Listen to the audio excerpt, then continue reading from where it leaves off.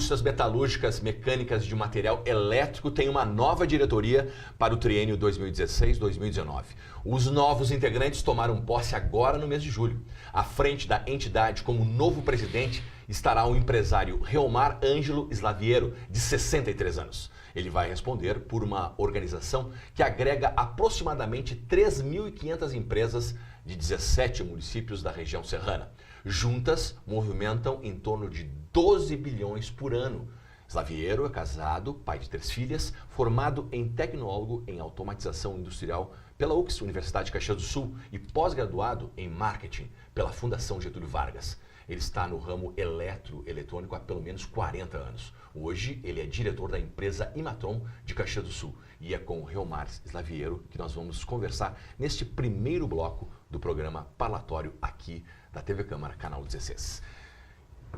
Presidente, agora presidente Cimex, Reomar Slaviero, prazer em receber o nosso programa. Obrigado por ter aceitado o nosso convite. Prazer é nosso. Nós estamos aqui falando com os telespectadores, falar um pouco da nossa trajetória, principalmente no sindicato que agora estamos assumindo, que é um sindicato muito importante, se não é um dos mais importantes do Brasil.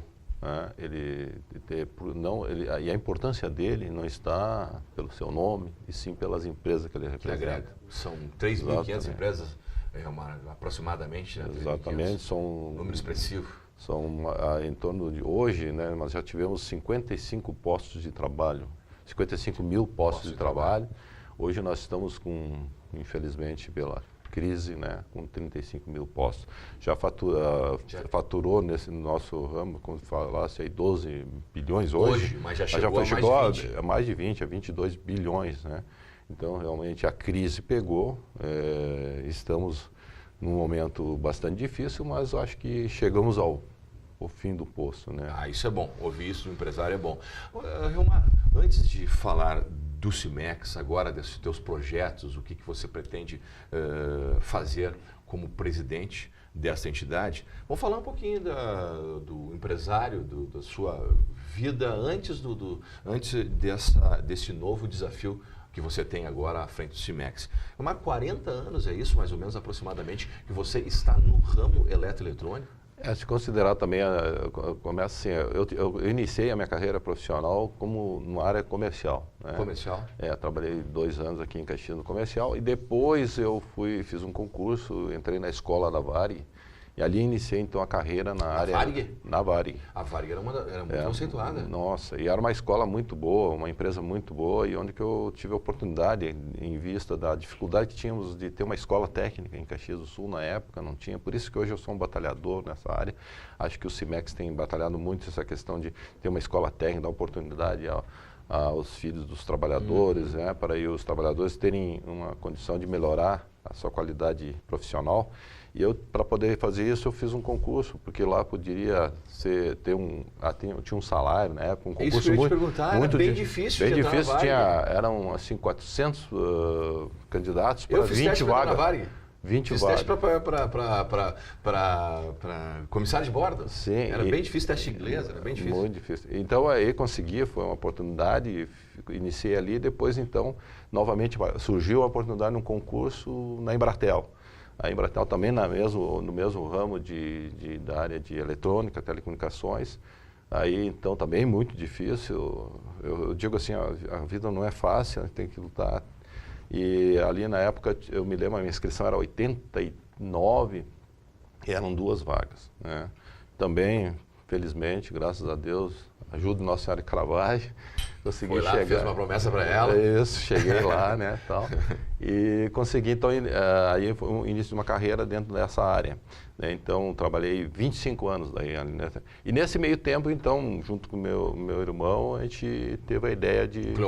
Com o Cleomar, de a gente começar, então, a empresa. E aí, de lá para cá, então, essa empresa vamos trazendo, ela... Tivemos, assim, vamos dizer assim, um auge maior, digamos lá, hoje a gente também está sentindo aquela dificuldade. A Imatron está com quantos anos hoje? A Imatron vai fazer 40 anos em maio do ano que vem. Então é uma longa caminhada, onde que a gente conseguiu sempre manter essa empresa, né? Então eu digo assim, uma empresa que se mantém 40 anos já é um fato importante, né? Muito, muito. E isso aí, dentro desse trabalho, hoje eu tenho mais um outro irmão, que é o Delmar também, que Sim. é meu sócio. Então nós somos em 3 sócios, cada um faz uma parte e a gente conseguiu trazer a empresa até agora. Deixa eu voltar na Embratel. A Embratel, muita gente queria trabalhar na Embratel, né, que era uma empresa estatal. Isso. Como é que você viveu aquele período de transição, de que a gente precisava fazer uma inscrição para conseguir um telefone, né, que o telefone era coisa de rico naquela época, e fazia a inscrição, demorava 4, 5 anos para ter uma linha telefônica. Hoje, você passa na loja, ali em 5 minutos tem uma linha telefônica. Você viveu esse momento de transição e como é que você viu isso? Eu vejo assim, ó, na verdade, a Embratel, ela não era... Não era a CRT, não era CRT. Mas sim. Mas nós temos assim uma história, nós temos que começar lá nos anos 60, vamos voltar lá. Naquela época, inclusive, até que o Brizola depois também encampou a Standard, nós tínhamos 800 companhias telefônicas no Brasil. 800? 800. E para você fazer uma ligação ali nos anos 60, antes da Embratel, você tinha 3 dias, você conseguia uma ligação para São Paulo. E se assim normal era uma semana. Né? Que espetáculo. Entrava na fila, aí os telefonistas ganhavam um presente e tal, porque, poxa, consegui uma ligação. Quando ali nos anos 61 e tal, inclusive na época do Ulisses Guimarães e tal, eles fizeram então, toda uma constituição das leis de telecomunicações e constituíram então as empresas da Embratel e todas essas empresas do grupo Telebrás, que depois passou a ser Telebrás. E com isso houve uma melhora bastante, aí você pelo menos fazia ligação imediata, né? Mas mesmo assim tinha essa questão da falta de linhas e tal. Mas também havia 2 coisas, eu digo sempre, né? São 2 coisas. Uma, a gente pode até pensar, porque eu acredito muito nas políticas públicas com as políticas privadas. Essas juntas fazem um bom trabalho. Só uma, só outra não funciona. E essa minha experiência eu tenho na minha vida profissional, quase que a metade na estatal e metade na privada. Então, experiência no comércio, no serviço e indústria. Então, assim, essas experiências deu para a gente ter uma visão melhor. E realmente nós temos também um marco de telecomunicações que se chama eletrônica digital. Até a advinda da eletrônica digital, tudo era fios, nós tínhamos que ter cabos, né? Não conseguimos se comunicar se não passasse um cabo. Então isso também dificultava, não era questão... Era uma chuva mais forte, já dava problema. Já dava problema, temporal, parava as linhas, sim. até roubo de cabos tinha, né? Então, puxa, acabava lá, o pessoal ficava sem linha. Hoje com a fibra ótica, a velocidade da comunicação, aí passa a se falar em bits, em velocidade, quantidade de bits, então a velocidade da comunicação e sem fio. Aí a coisa ficou bem mais fácil. Só que não podemos perder o foco naquilo que são entroncamentos. Quantidade de troncos que não adianta eu ter um telefoninho bonitinho que faz de tudo, até faz ligações. Até ligação, inclusive. Ele faz, né? Mas é importante fazer essa ligação. Eu ter canais, não ter congestionamento nesse meio tempo, por exemplo, eu quero fazer uma ligação para São Paulo e começa a vir as mensagens e eu não consigo completar.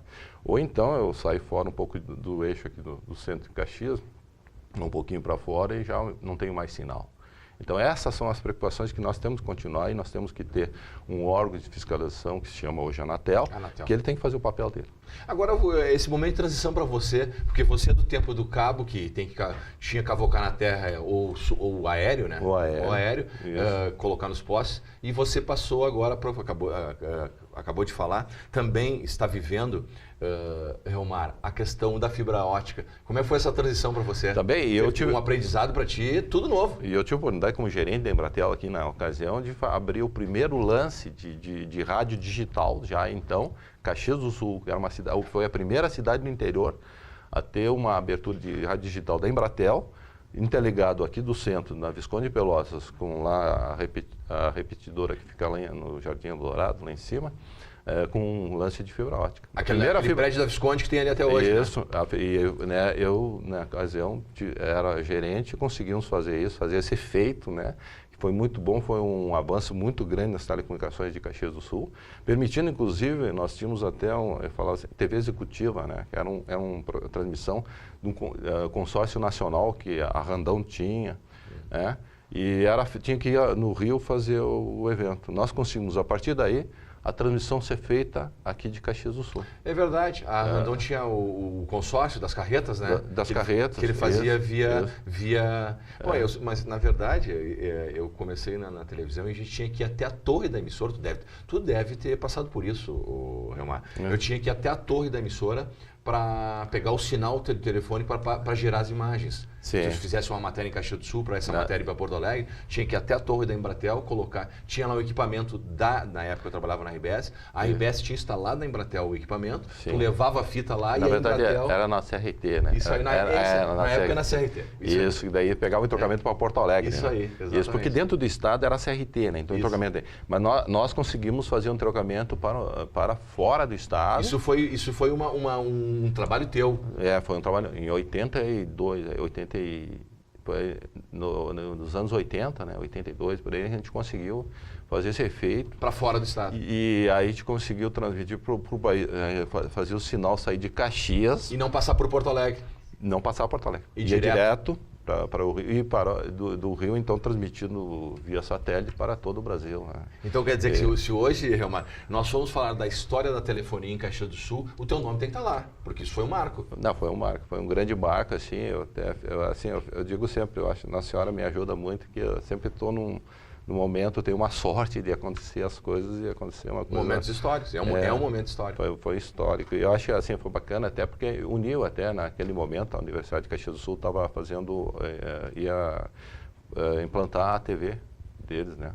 E aí surgiu essa ideia, vamos juntar as coisas, e então tinha que ter uma geradora de imagem, né? E nós tínhamos que botar um meio.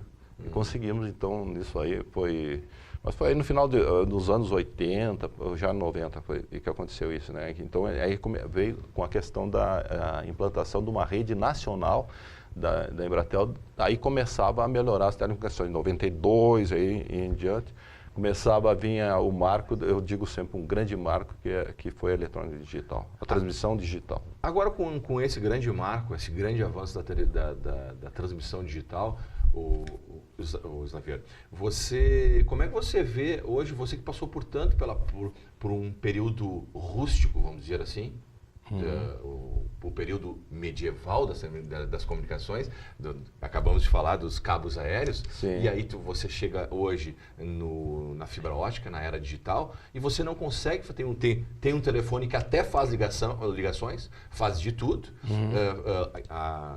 enfim, até fala, e de repente você não consegue, você chega aqui em Forqueta e não consegue fazer uma ligação. Como é que você vê essa situação sendo um homem das telecomunicações? Essa era uma preocupação que nós falávamos na época, que na questão da privatização, que tinha que ter muito cuidado para que a gente não voltasse aos anos 60, nos anos 60, onde tivesse um monte de companhias telefônicas, uma série de telefones em casa, mas não podia se fazer ligação.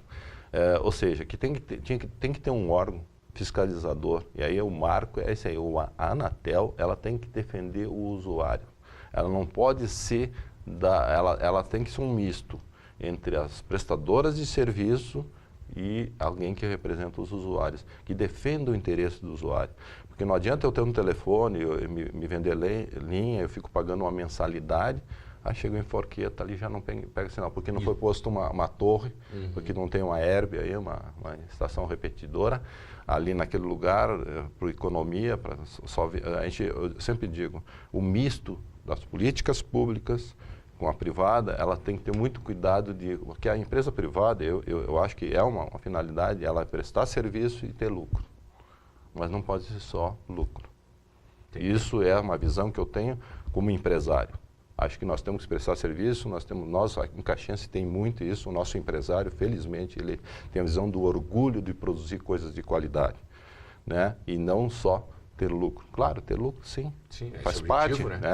E a empresa pública, ela tem que pelo menos também ganhar para sobreviver, né? E ela tem que prestar um bom serviço e as políticas públicas têm que olhar esse lado. E nisso aí tem o órgão fiscalizador. Eu acho que a Anatel tem que fazer o papel dela. Eu não posso chegar no CIMEX ainda, que é a pauta do nosso programa hoje, trazendo o Reomar aqui para falar sobre esse novo desafio da sua carreira, da sua vida, mas eu não posso chegar no CIMEC sem antes perguntar para ti sobre o Caxias, sobre futebol. Você foi presidente do Conselho Deliberativo do Caxias de 96 a 2000. O último título do interior, quem levou foi o Caxias, em 2000 campeão gaúcho. Como é que está o futebol na tua vida? Continuo sendo um torcedor, um sofredor, né? Sou do Caxias. Eu acho que também, de novo, eu vejo assim, poxa, que sorte na vida, né? Tal. Em 96, o Caxias não estava nem uma série, né? E aí nós fomos batalhando, o executivo era o Nelson da Rigo, o presidente, batalhador, ele lutou bastante. Ele também, juntos com outras pessoas, fizemos um trabalho. E, felizmente, aí em 2000 nós conseguimos o maior título. O campeão gaúcho 2000 é o Caxias, né? Então isso ficou na história. Tite no comando. Tite no comando. O Tite também. Tite era um comentarista de rádio. Isso, exato. E nós, num determinado momento, vamos dar uma oportunidade. Ele já tinha sido treinador. Ele estava na Caxias de comentarista na época, comentarista de rádio. E aí nós trouxemos eles, montamos um bom time. E aí teve o empenho de todos de poder manter esse clube. Ele tinha muita dificuldade financeira, e como tem todo clube do interior, e todos os clubes têm hoje dificuldade. E conseguimos montar um belo time, um belo trabalho do Tite e de outras pessoas. Conseguimos, então, conquistar o maior título, eu diria, do Caxias até hoje, e o último título do interior do estado, que foi do Caxias. Agora, você falou em sorte, mas eu acho que tem que ter sorte, mas também tem que ter competência. Você falou nas duas, tive sorte. Eu acho que também. Não, eu acho que assim, é um conjunto, né? Eu digo assim, as coisas têm que conspirar a favor, né? Esse conspirar. Quando você tem competência, tem sorte. Você busca, faz e a sorte aparece, né? Então eu acho que e não é de um só. Eu não acredito em trabalho de um só. Eu acredito em trabalho de equipe. Equipe quando todos se querem pegar, sem querer ter destaque. Eu acho que a gente tem que fazer um trabalho que o destaque vai dar no final para todos. Para todo mundo. Quando um começa a querer os holofotes só para si, aí não funciona. Não funciona, porque daí também cria assim, tira até o empenho dos outros, né? Eu acho que a equipe ela tem que trabalhar. E o futebol, esse foi o grande, essa equipe que nós montamos na época era desde os dirigentes até dentro principalmente dentro do campo, dentro do vestiário. Fechado. Fechar muito, o grupo fechado, a família junto, a nossa família, junto com a família dos jogadores, a gente se encontrava depois dos feitos e comemorava e se criava também já um pacto de responsabilidade para o próximo jogo. Isso era muito importante. Isso eu acho que foi o grande efeito.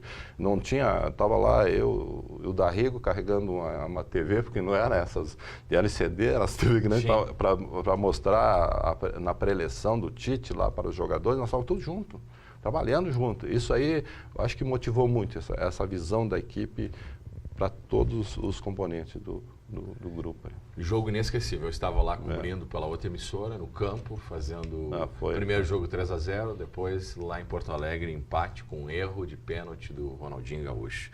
É um time muito bom. Eu me lembro de alguns nomes, né? Jajá, Gil Baiano, Paulo Turra, era um time muito forte. O Gilmar, um grande goleiro. E é uma grande pessoa, Gilmar também. E não é por nada que hoje ele está em destaque também como treinador. Ele está treinando do Paraná. Paysandu. Ele realmente é um grande destaque. É um dos futuros grandes treinadores do Brasil, certamente. Sim, porque ele exatamente esse espírito que nós tínhamos, ele está continuando, e acredito, e o Tite, então, está lá, né? Na seleção brasileira. Como é que você vê isso? Vocês foram buscar, deve ser um orgulho muito grande para você e para todo aquele grupo, Wilmar, você ir buscar um treinador que era promessa, que estava lá como comentarista na Rádio Gaúcha, na Caxias, perdão, foi buscar ele para treinar um time que foi campeão e hoje está na seleção brasileira. Quando você recebeu essa notícia? Não, eu acho isso muito bom, dá um orgulho para nós que fizemos, a gente se sente até parte disso aí, né? Claro. Essa conquista aí. Porque naquele momento, quem sabe, nós, através da competência dele, mas também um trabalho nosso, de todos que estavam ali, de poder ter aquele time, né, aquele grupo trabalhando, deu resultado, ele foi já para Porto Alegre, foi treinador, teve também na competência dele, foi campeão lá e foi seguindo a carreira dele. Eu acho que isso é um conjunto, eu digo sempre, é isso aí, tem que ter a oportunidade, a sorte, mas muito mais a competência. Quem que teve a ideia? Tu lembra quem? Vamos lá na Rádio Caxias buscar o Tite. Tu lembra quem foi? O Jaime Walker. O Jaime Walker, ele era o vice nosso ali, né? Também estava junto. Eu lembro, nós estávamos sentados assim, e nós não tinha que não podia pegar um treinador, né? Então, mas daí ele chegou, o que você acha? Nós estamos lá, olha lá, o Tite está lá, né? Já foi treinador, ele já tinha passado também pelo Caxias, tinha passado pelo Juventude. Isso. Tinha ido no Ipiranga, Veranópolis, né? E, bom, daí a gente, vamos acertar o valor e tal, e trouxemos ele. E tem detalhes disso aí, veja bem. Naquela ocasião, nós estávamos ali num triz aí para ficar fora, se o esportivo já estava classificado. E ele ia jogar com o São José em Porto Alegre, e se ele não ganhasse do São José, nós estávamos fora. E ele falou, a gente pensava, bem difícil, mas pode acontecer. E ele foi lá, e o esportivo ganhou do São José, nos classificou, aí em diante. No futebol a gente fala uma coisa muito, deu vida aos mortos. Aí começou, aquilo ali motivou muito, acho, o grupo fechou. E aconteceu agora. Eu acho que tem um grupo muito bom. O grupo fechou agora, né? Um grupo muito bom trabalhando, desde os dirigentes, todos, tem jovens dirigentes aí trabalhando, e eles, mesma coisa, chegou a comemorar dentro de um jogo a classificação de uma outra competição. Uma outra competição. Muito bonito também. Muito bonito. Futebol tem isso aí, tem esse sacrifício, mas tem esse lado. Por isso que futebol no Brasil é uma paixão. Uma paixão. Não, futebol tem essas coisas que até o Mazembe ganha do Inter, né? Então... Mas vamos lá, vamos falar também um pouquinho aqui, Helmar, da sua experiência como presidente da Festa da Uva. Essa também foi uma experiência. A gente começou, eu digo sempre, eu comecei na Festa da Uva lá em 99 com o pai de uma candidata à Rainha da Festa da Uva, né? Então, assim que eu me cheguei mais próximo. Claro que sempre acompanhava a Festa da Uva, eu gostava muito. E daí começou a Vanessa... A Vanessa é a mais velha das três meninas? Das três, ela está na Espanha hoje. E ela ganhou o concurso como princesa, né? Princesa da Uva. E a gente então começou a se aproximar muito. Aí nesse momento, a partir que ela foi princesa, porque a gente tinha que acompanhar ela, ajudar ela, porque os pais participam muito. Bastante. Né? Porque é muito trabalho, né? Tal, eu acho que essa é uma coisa bonita e faz com muito empenho, né? E ela bem dedicada, ela terminou o mandato dela, o Walter Minúsculo, ele foi escolhido presidente para 2002 e eu, amigo dele, disse, olha, se precisar de alguma ajuda, aproveita que a Vanessa foi, nós podemos te ajudar, porque ele também estava começando ali. Tá? Aí, de repente, ele resolveu me convidar para ser, na época, chamar o vice-presidente de hospitalidade. Aí eu comecei a participar, então, como vice-presidente de hospitalidade. No outra festa, já me convidaram para ser do social. Então, ali o vice da social. E depois, de novo, quando o Gelson foi, então, ele estava também começando, pediu se eu podia ajudar. Eu disse, eu não gosto muito de repetir cargos, né? Mas até por ele ser amigo, eu vou trabalhar. Daí eu trabalhei. Aí em 2008, então, fui convidado para ser presidente da Festa da Uva, né? Outra festa que eu tinha acompanhado, fiquei até surpreso com o público que teve essa festa.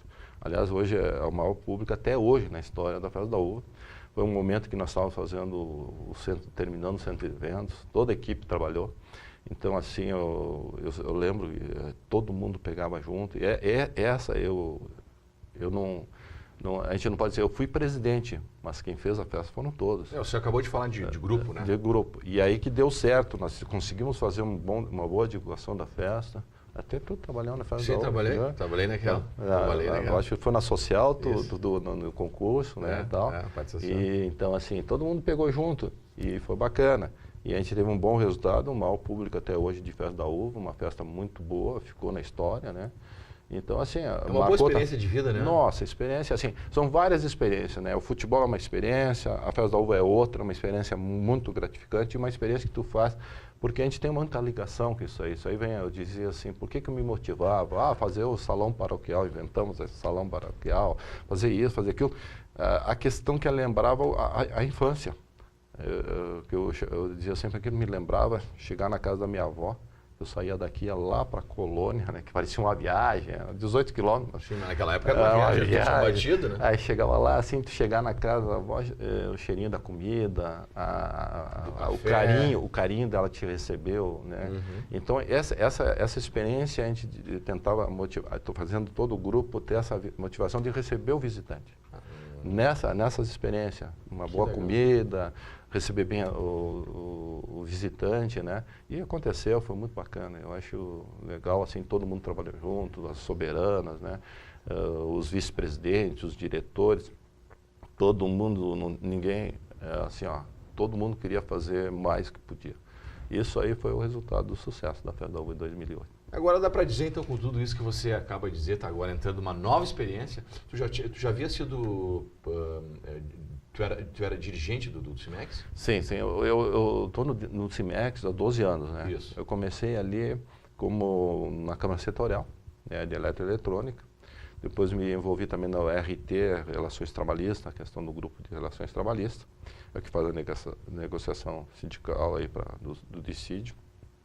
E aí venho trabalhando, aí fui subindo, mudando de cargos, né, então. Depois também tive agora nos últimos 4 anos como vice da indústria na SIC também, representando, aí fui indicado até pelo Cimex para ir lá e representar o setor? O setor, né, trabalhei então 4 anos ali também, foi um trabalho muito importante, uma experiência muito gratificante, assim, trabalhei o meu presidente, o Carlos Heine, né, e então foi assim, também mais uma experiência. E agora, então, eu estou eleito agora presidente do Cimex, então a gente sabe que é um grande desafio, porque nós estamos aí representando um sindicato muito importante e que pela representação que ele tem. As empresas que fazem parte e que ele representa são empresas hoje conhecidas mundialmente e nós temos que fazer, sabemos da responsabilidade que temos. Com tudo isso que você contou aí, Slaviero, você é o modelo daquela a gente tem aqui em Caxias do Sul, a gente diz que o caxiense, né? Eu já digo a gente porque eu estou aqui há quase 20, o caxiense tem no sangue a coisa do espírito empreendedor. Você então pode servir de modelo, né? Onde você vai, você está inventando uma coisa.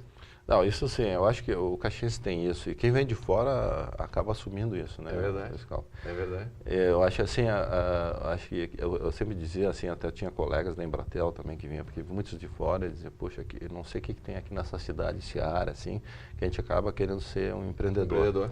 Isso está no sangue, né? E isso veio, eu acho que veio lá dos imigrantes, mas hoje, diferente que seja qualquer tipo de etnia, ela vai assumir esse papel. Confunde muito e eu acho que bacana isso aí. Eu acho que a gente tem que sempre, mas claro, nunca perder o foco do lado humano, né? A gente tem que ter um negócio, mas sempre se preocupar com a preservação ambiental, com a segurança. Inclusive, essa semana nós fizemos aí um seminário. O Cimex tem muito essa preocupação da saúde, da segurança do trabalho. Do trabalhador. Isso. Agora, você fez campanha no Cimex ou foi convidado? Eu fui convidado, né? Assim, eu acho que é bacana porque é um reconhecimento do trabalho, tá? Então, e a gente sabe que isso aí é mais a gente faz mais por um idealismo, né? Por querer fazer como tudo que a gente fez, assim, porque a gente diz assim, poxa, nessa vida, o que tu deixa? Tu deixa um trabalho que tu fez. Vai ficar uma memória de um trabalho que tu fizesse. É isso que é o mais importante, fazer alguma coisa pela comunidade, né? E hoje, quando a gente está no Cimex, a gente está trabalhando no Cimex, a gente está trabalhando pelas empresas, não, nós estamos tentando cada vez criar mais empresas para criar mais postos de trabalho, para melhorar inclusive os salários dos trabalhadores, para que a gente possa cada vez mais ter uma melhor qualidade de vida. Agora, o senhor assume o cargo durante um período crítico, presidente, da economia brasileira. Como é que o senhor vê isso? Não, eu acho assim, de novo, eu até brinco muito porque eu comparo com o futebol. Você assumiu a presidência de um clube que foi campeão, é bem mais difícil do que um time que não teve nenhum título ainda, né? Então, se a gente dizer, poxa, até o pessoal dizer, não sei se te cumprimento, o que eu digo para ti que está assumindo aí. Mas eu acho assim, o momento realmente é muito difícil, mas são desafios. E eu acho que tudo que a gente for conquistando agora vai aparecer, então, mais até do que fosse antes, né? Então, eu acredito, e eu sempre digo, para ser empresário, você tem que ser, acima de tudo, um otimista. Acreditar que as coisas vão acontecer. Em tudo na vida, né? Eu acho que, e como empresário, não muda muito é mais, eu acho que mais forte essa ideia de que tu tem que acreditar no que faz. E aí, nesse momento, a gente sabe que nós vamos ter que fazer muito trabalho, e é o momento de, inclusive, inovar as empresas, a questão de layouts de produção, a qualificação da mão de obra. Nós sabemos que nós temos um trabalhador que tem uma vocação para o metal mecânico. Mas isso não quer dizer tudo, nós temos que qualificar essa mão de obra. E para isso nós temos que aproximar a academia das empresas e vice-versa. Então esse é um trabalho que nós já vimos fazendo, eu fui também, uma coisa assim, nós temos os arranjos produtivos locais, metal mecânico da Serra Gaúcha, criamos também o CIMEX, foi um grande apoiador disso, e eu como representante do CIMEX fui primeiro presidente desse arranjo produtivos locais, que hoje o Oscar está continuando esse trabalho. É um trabalho que eu diria tríplice hélice. Nós temos o setor público, o setor privado e a academia. Unindo isso aí para buscar os benefícios para que a gente possa desenvolver cada vez mais empresas, elas possam crescer, em dar condições para elas ter, porque quando a gente arranjos produtivos que são comuns, são necessidades comuns naquela região, a gente pode buscar e ter um ganho de escala. Isso buscando recursos, muitas vezes do governo municipal, estadual ou federal, aproximando as escolas, né, Instituto Técnico, Senai, Universidade e as entidades que representam as empresas. Juntando isso, a gente pode fazer um grande trabalho. E fizemos. Agora, presidente, quando o senhor fala nesse tripé aí, arranjo, como é o nome mesmo? Arranjos produtivos locais. Arranjos produtivos locais, é o tripé privado, público e academia. Já que o senhor falou em academia, o senhor acredita, presidente, que nós estamos bem servidos de escolas técnicas para qualificar essa mão de obra que o senhor acabou de dizer? Hoje sim, olha, depois de muitos anos conseguimos trazer o Instituto Técnico Federal para Caxias, nós temos o Senai muito bem equipado, o que nós temos que continuar apoiando. Hoje não adianta ter prédios, eu sempre falo, nós nos preocupamos muito em ter um prédio, uma escola, nós temos que continuar apoiando para nós termos professores, nós temos técnicos e temos laboratórios, termos equipamentos para que possa realmente assim, e condições para que os alunos vão estudar. Porque o que nós temos uma dificuldade hoje, porque as pessoas mais carentes, com menos recursos, elas chegam a um ponto que têm que ir para o trabalho. Elas não têm condições de ficar estudando. Então nós teríamos que pensar, e o governo tinha uma linha, parou tudo agora, de apoiar, de bolsas, né? E acho que teria que ter bolsas para ajudar que o aluno inicie o curso e vá até o final. Ou então uma coisa que a gente está estudando seria de um convênio entre as empresas, o trabalhador trabalhasse na empresa, um período fizesse o curso. Ele vai aplicando aquele conhecimento no trabalho, volta de novo a fazer um treinamento. Isso é uma coisa que está acontecendo muito na Europa. E é o sistema dual, que chama, né? Então, isso uma coisa que o CIMEX está pensando muito e incentivar isso. Então, aproximar as empresas, novamente, o setor público e a área privada, a escola, né? E essa aproximação até inclusive na formação da mão de obra, qualificar essa mão de obra. E aí também aproximar, eu acho que nós temos que olhar também as entidades que representam os trabalhadores, se juntar com as que representam o empresário, para a gente ter essa ideia de ajudar, desenvolver e todo mundo ganha. E o senhor, a gente observa os índices aí que são divulgados diariamente, a gente vê queda na produtividade e também índices de desemprego estratosférico. O senhor acha que, o senhor assumindo essa entidade, daqui, desse período, metade do ano até o final, o senhor acha que dá para reverter, PIB positivo? Qual é a sua visão sobre isso? Eu acho que sim. Eu acho que agora a gente começa a perceber, pelo menos nos últimos 2, 3 meses, que caiu Caiu o desemprego, né? Caiu o desemprego, não está se desempregando tanto, o índice caiu bastante, o faturamento das empresas estabilizou, alguma coisa até, uma pequena melhora, mas sabe que está muito longe de se voltar, porque nós temos muitas empresas hoje que estão com 60% da sua capacidade produtiva ociosa. E manteve, inclusive, os trabalhadores apostando na volta. Então, com isso, teve que bancar. Então, teve muito custo, se endividou muito. O endividamento das empresas é muito alto. Então, agora nós acreditamos que agora começa uma retomada e, aos pouquinhos, as empresas vão começar a pagar as suas dívidas, começar a poder, e num segundo momento, poderá, talvez, de novo reempregar. E acredito que sim. Só, claro, não vão chegar, eu não acredito mais que vão chegar aqueles 54 mil postos de trabalho, 55 que nós tivemos, mas menos. Mas não vão ficar nos 35 mil postos que nós temos hoje. Então, nós temos que acreditar que volta. E eu penso assim, esse ano aqui a gente vai assim, estabilizar. E vai começar a se acertar as empresas. Ainda vai haver algum desemprego também. Mas no segundo momento, lá em 2017, pode ser que uma retomada e começa a aparecer novos postos de trabalho. O senhor acha que tem condições estruturais para isso? Eu acho que sim. Eu acredito, sou bastante otimista nesse sentido, porque eu acredito nas empresas, eu acredito nos empresários, eles já passaram por crises iguais. Só, eu digo assim, as políticas públicas não atrapalhem, né? Infelizmente, atrapalharam muito e que nos ajudem no sentido de linhas de financiamentos para permitir, porque o nosso setor é um setor mais afetado porque ele trabalha muito com bens duráveis, bem que tem custos mais elevados e que precisam de linha de financiamento.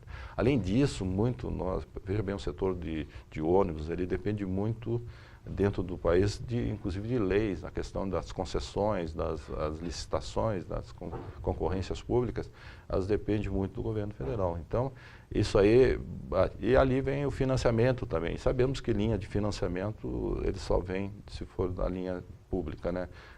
Com linhas de juros que são acessíveis, que possa viabilizar o negócio.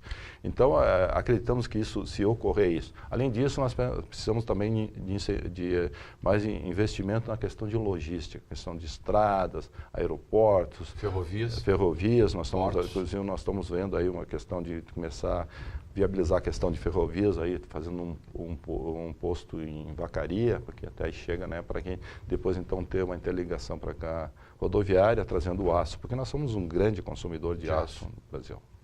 Agora, já pegando o gancho, presidente, dos juros que o senhor acabou de falar, nós estamos numa casa política, e eu vou aproveitar então para fazer uma pergunta política para o senhor. A gente observa que os empresários reclamam muito da taxa alta de juros. Certo?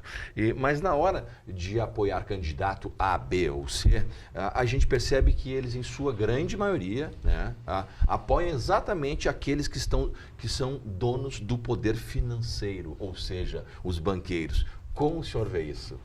É verdade. Eu acho que por isso que eu falei desde o início, que a gente fala muito assim, por exemplo, nós que estamos na iniciativa privada, a gente fala, porque tem que ser privatizado isso, tem que ser privatizado aquilo.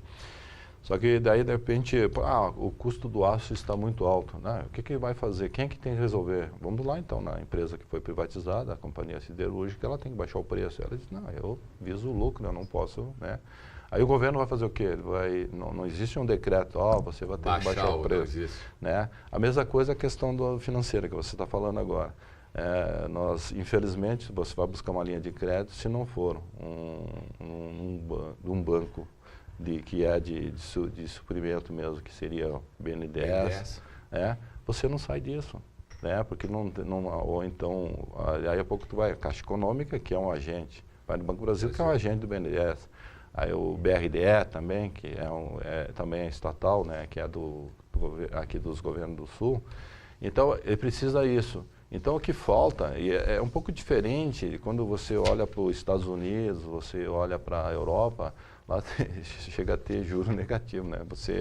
Aqui não, aqui os juros são muito altos. Você veja bem a A taxa Selic é uma taxa, se nós compararmos com o resto do mundo, principalmente os países desenvolvidos que nós temos como foco, né, é muito alta e viabiliza negócios, né. E aí, então, o que nós vamos precisamos do quê? De uma linha de crédito do BNDES. E esse, se não tiver mais, não tem mais recurso, pronto, para tudo. Mas eu acredito que o governo tem que ter essa linha sim, é uma política pública necessária e tem que ter, porque ele ganha nisso. Porque, por outro lado, os nossos custos de impostos, né, os tributos são elevadíssimos, e quanto mais nós produzimos, mais tributos nós geramos, mais volta para eles. Então, eles ganham, sim, embora eles tenham um subsídio no financiamento, mas está ganhando no retorno. Então, nós estamos ganhando. Quando a gente fala governo, nós somos governo. Tudo que se faz no governo é público, o público é nosso. E Perfeito. nós temos que olhar isso. Nós temos lá, seja A, B, ele está administrando nossos recursos. Então, a gente tem que olhar sempre, então, claro, buscar quem tem plataformas políticas que estejam enxergando isso, que enxerguem o desenvolvimento do país, que enxugue a máquina pública, diminua os custos e que um político, quando vai lá, ele faça aquilo que nós estamos fazendo, seja idealista, que ele vá lá, sim, ele tem que sobreviver, mas não que seja lá para enriquecer. Você tem que trabalhar na área pública para fazer pelo país. Quando você vai numa entidade, vai trabalhar para aquela entidade. Então é isso que nós precisamos no Brasil. Isso está faltando, né? Essa visão, né? Essa visão aí. E nós, eleitores, como vamos eleger, vamos olhar não só aquele que fez um favor particular para ti, e sim aquele que fez um trabalho para a comunidade. Isso que nós temos que olhar. E essa cultura tem que começar a ser difundida e para que a gente cada vez melhore mais o nosso país, o nosso município, o lugar que a gente vive. Muito bem. Eu concordo plenamente. Eu já vou pegar esse gancho, presidente, que o senhor falou sobre comprometimento, pensar no coletivo e não no individual. Eu vou continuar com uma pergunta política. A Lava Jato tem como objetivo, pelo menos é o que todos eles, que os agentes envolvidos dizem e defendem, punir corruptos. Desse processo, né, todo da Lava Jato, tem levado à prisão políticos e empresários. Mas, no rastro dessa operação, presidente, estão punindo, além dos políticos e empresários, as empresas que empregam milhares de pessoas, né, e, além do mais, essa punição, as empresas, acaba abrindo espaço. Você pune o empresário e a empresa. Minha opinião particular é que deveria punir só os empresários corruptos e a empresa continuar lá, porque ela gera emprego e punindo a empresa, tu acaba fechando as portas de uma empresa aí que gera mais de 4 mil empregos, algumas delas aí sozinhas. Além de abrir espaço, né, que o senhor acabou de falar da questão nacionalista, abrir espaço para empresas multinacionais. A minha pergunta para o senhor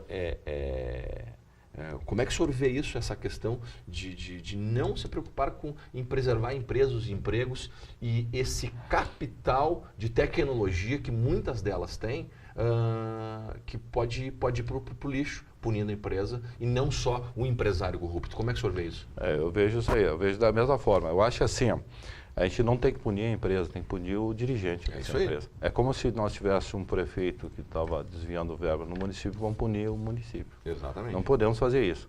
Então, assim, a empresa tem que continuar. Por isso que a lei de leniência enxerga isso. Países desenvolvidos usam a lei de leniência. Ou seja, se devolve o que levou, e com juros, correção monetária, vai pagar, o dirigente que cometeu o crime, ele tem que pagar, ele tem que ser punido, tem que cumprir a lei, mas a empresa tem que continuar, porque é um patrimônio, mesmo, eu sempre digo, uma empresa, quando ela é uma SA, isso nos países desenvolvidos eles enxergam, ela é pública, ela não pertence, ela tem um dirigente trabalhando nela, mas no momento que ela abriu o capital no mercado, e que ela está fazendo, inclusive, trabalhos públicos, ela se torna uma pública não no sentido... de pertencer ao governo. Do governo, mas ela passa a ser pública e ela é um patrimônio do país. Isso aí. Aí nós temos empresas grandes, aí hoje empreiteiras, prestando serviço no mundo inteiro, são muito importantes, em questão de trazer até capital para o país, né? trazem dividendos para cá, nós não podemos perder isso. Mas agora o dirigente tem que pagar, sim. Claro. Por ele ter cometido o erro, ele tem que pagar. Mas não, por isso, lei de leniência. A lei de leniência é bem clara, ela, assim, a questão se pune o dirigente, tem que ser recuperado o patrimônio que foi perdido, que foi desviado do patrimônio público, através dessa empresa, superfaturamento, a questão de propinas, isso aí tem que recuperar tudo e pune o dirigente para a empresa continuar.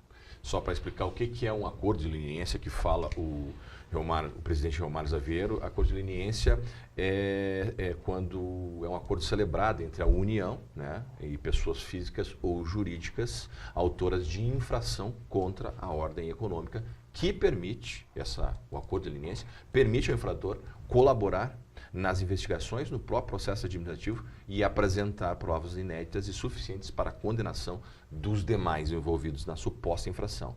Em contrapartida, o agente tem os seguintes benefícios: extinção da ação punitiva da administração pública ou redução da penalidade imposta pelo Conselho Administrativo de Defesa Econômica, o CAD. Quer dizer, a punição vai para o, como acabamos de falar, né? Vai para o empresário, não para a empresa. Mas, infelizmente, vou lhe dar uma informação, a Odebrecht, ela acaba de perder a autorização de participar de uma licitação para exploração de gás na Petrobras. Então, o acordo de leniência, nesse momento, não está funcionando, em alguns casos, na Lava Jato. A Odebrecht, que acabou de perder a autorização numa das varas civis do Rio de Janeiro, para participar de uma licitação da Petrobras. E isso aí tá prejudicando a empresa. Exatamente. Eu vejo assim, quem vai ser prejudicado? A própria empresa estatal. E os trabalhadores. E os trabalhadores. Mas também assim, quanto menos empresas entram na concorrência,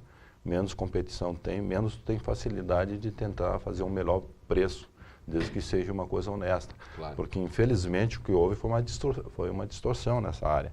Foi distorcido a questão de ter a concorrência livre, né?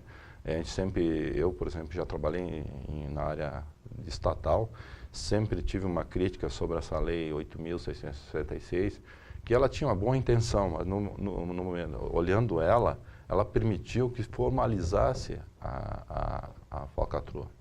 Ela formalizou, porque no momento que você tem uma associação de empreiteiras, de fornecedoras... Que fazem um cartel para licitação. Fazem um cartel, e aí não há um controle em cima disso acontece o que aconteceu. Isso a gente vinha falando do tempo, eu trabalhando lá desde nos anos 90, que a gente teve assim uma atuação e era muito difícil a gente fazer uma obra um pouquinho mais vultuosa, uma botão fibra ótica aqui, a gente tinha que ser muito assim sério e muito persistente na questão porque a gente sabia que tinha essas dificuldades e a gente enxergava, muitas vezes houve casos de eliminação da licitação porque se enxergou que as 3 empresas que tinham entrado, elas tinham entrado tudo com preço acima do mercado. Mas não porque elas tinham dado propina para alguém, porque elas tinham se combinado. Tinham se combinado, e aí uma, digamos, era para sair 100 milhões, uma pediu 200 milhões, a outra pediu 300, a outra dizendo, então tu tem que pegar de 200 milhões. Não, mas o custo dessa obra, no nosso conhecimento, é 100 milhões. Como é que tu vai pedir 200? Não, então está eliminado. Então, não anula a licitação, a lei diz anula. E imagina um dirigente público que tem 4 anos para fazer uma administração, tem que fazer obras, e entrar numa lei dessas aí. Então, sabe-se lá o que aconteceu. Então, tudo isso que está acontecendo no país foi motivado por isso aí. E a gente que estava por fora, mas já tinha participado, a gente trabalhou nos 2 lados, a gente tinha muita preocupação com isso. E acabou acontecendo. E apareceu. Que bom que apareceu, mas que se acabe logo com isso. E que não se puna as empresas. Que se permita as empresas, porque se nós punirmos as empresas, estão punindo o trabalhador.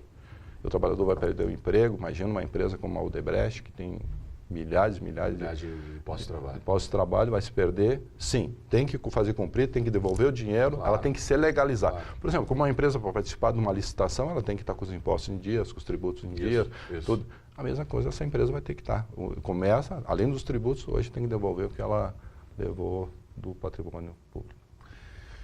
Muito bem, o papo é muito bom, muito gostoso com o Reomar. Mas o nosso programa, esse primeiro bloco, está chegando ao fim.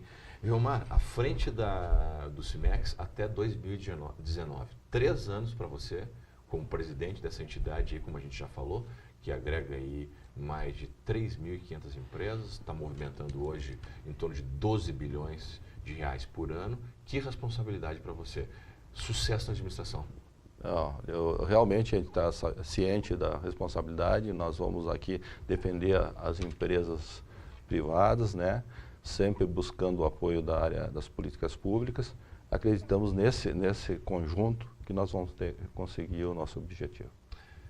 Muito bem, agradecemos então a presença do presidente do Cimex, também empresário aqui em Caxias do Sul, da Imatron, junto com o Cleomar e o Delmar, lá no bairro Floresta? Isso. Não é Floresta? Isso é Floresta. 40 anos de empresa, hein? Que história. Esse é o empresário e presidente, novo presidente do Cimex. E caxiense, bem grenar, o Ramares Lavieira, que a gente conversou agora aqui neste primeiro bloco. Obrigado pela sua presença. Mando um abraço para a Margarete, para as filhas e para o Cleomar. Obrigado pela oportunidade. Legal. No próximo bloco a gente vai conversar com a Fabiana Ribas, ela que é uma ativista humanitária, tem um projeto aqui na Penitenciária de Caxias do Sul, na ala feminina, e que esse projeto acaba de ser indicado para um Prêmio Nacional de Direitos Humanos. No próximo bloco.